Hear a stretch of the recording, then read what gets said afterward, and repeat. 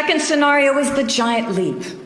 We wanted to identify a small set of actions, a minimum viable product, to reach as many sustainable development goals in Europe's vision of a social and green region. We wanted to take a systems approach to explore if we can achieve an acceptable level of well-being for the global majority on a finite planet. We conclude that nothing less than the following 5 extraordinary turnarounds are needed to have well-being for all while respecting planetary boundaries. Ending poverty, addressing gross inequality, achieving full gender equity, transforming the food system and the way we eat, transitioning to clean energy and efficient energy. We argue that these 5 extraordinary turnarounds and the set of economic reforms that will drive them form the basis of a well-being economy. It is not a blueprint, but more of a guide for systemic transformation.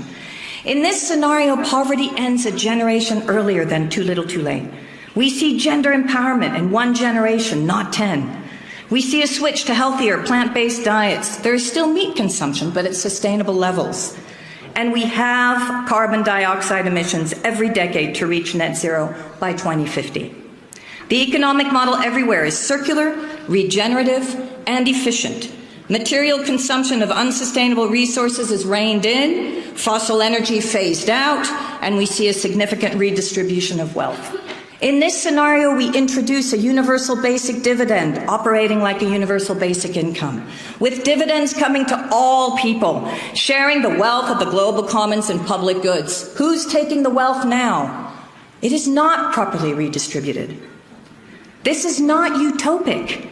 This is what is fair and just and what a society in transformation is all about. Why do we think this is important? We know the giant leap will be disruptive. We're talking about a complete shakeup. This is everything, everywhere, all at once. It will create shocks. But if it is to succeed, then we must bring the majority of people along the journey.